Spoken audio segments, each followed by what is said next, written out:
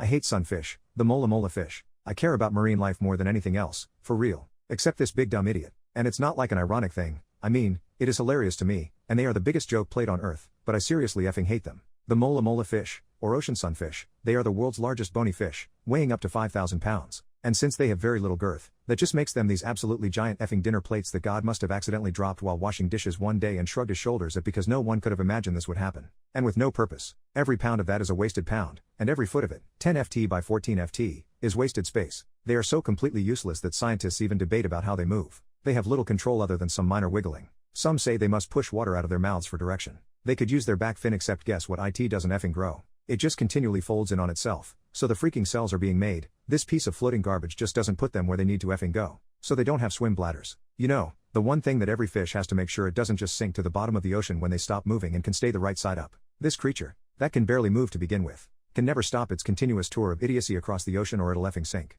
Except, when they get stuck on top of the water, which happens frequently. Because without the whole swim bladder thing, if the ocean pushes over the thinnest but largest most topple-able fish on the planet, she outta luck. There is no creature on this earth that needs a swim bladder more than this spit in the face of nature, and yet, some scientists have speculated that when they do that, they are absorbing energy from the sun because no one effing knows how they manage to get any real energy to begin with. So they need the sun, I guess. But the good news is when they end up stuck like that, it gives birds a chance to land on their goddamn island of a body and eat the bugs and parasites out of its skin because it's basically a slowly migrating cesspool. Pros and cons. If they are so huge, they must at least be decent predators. No. The most dangerous thing about them is, as you may have guessed, their stupidity. They have caused the death of one person before because it jumped onto a boat, on a human. And in 2005, it decided to relive its mighty glory days and do it again, this time landing on a 4-year-old boy. Luckily Byron sustained no injuries. Way to go, fish. Great job. They mostly only eat jellyfish because, of course, they do. They could only eat something that has no brain and a possibility of drifting into their mouths, I guess. Everything they do eat is almost zero nutritional value.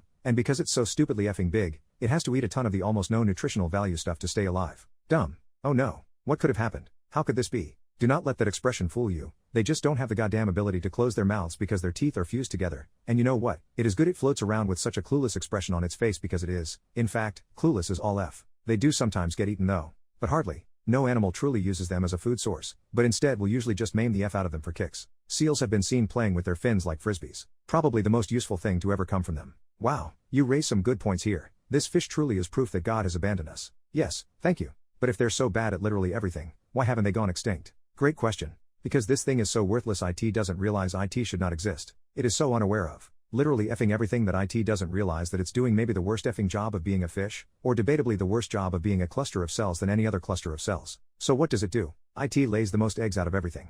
Besides some